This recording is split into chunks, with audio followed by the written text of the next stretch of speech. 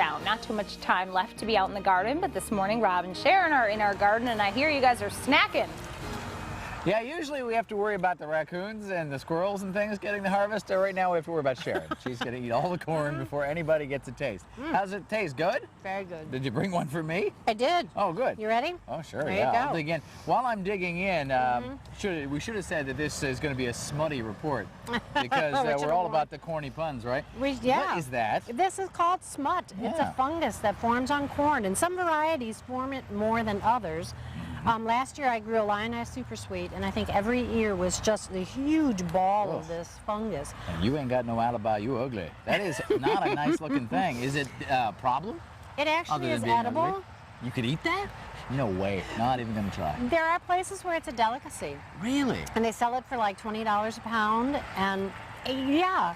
So, we're gonna get rich. Portobellos, we could. So it's like a mushroom one. It's a mushroom. It it's a nice iffy. dense mushroom. I don't know, yeah. I don't know. I'll try the pop corn that in your instead. mouth? I'll try the corn instead. Like the okra? No. That's good. Yeah, So anyway. It is very sweet. All right, so from here we go to the tomatoes, the itty bitty ones. Yeah, we've got a lot of tomato varieties. We've got 11 varieties in our garden. And people are complaining, and we're noticing it too, that they're just not ripening. Oh, yeah? Lots of fruit on them, and maybe not even as much fruit as usual, but turning green, staying green and not turning red. I had that problem last year, but not this year, I'm Yeah. happy to report. But there are some remedies for that, correct? Well, not really. There's nothing we can do. The weather is all dependent, so if you could get us a little more heat.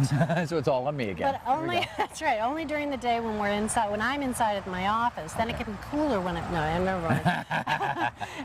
But we also think what happened was we had that whole month of July that was really hot. We're just cooking two-week away, period, yeah. really. And that blasted out some of the flower buds. Okay. And those flower buds are what form the tomatoes. And so there was this lull for a while of no tomatoes being formed. Right. What's forming now are probably the ones that formed after that period. Right, so you just have to be patient then.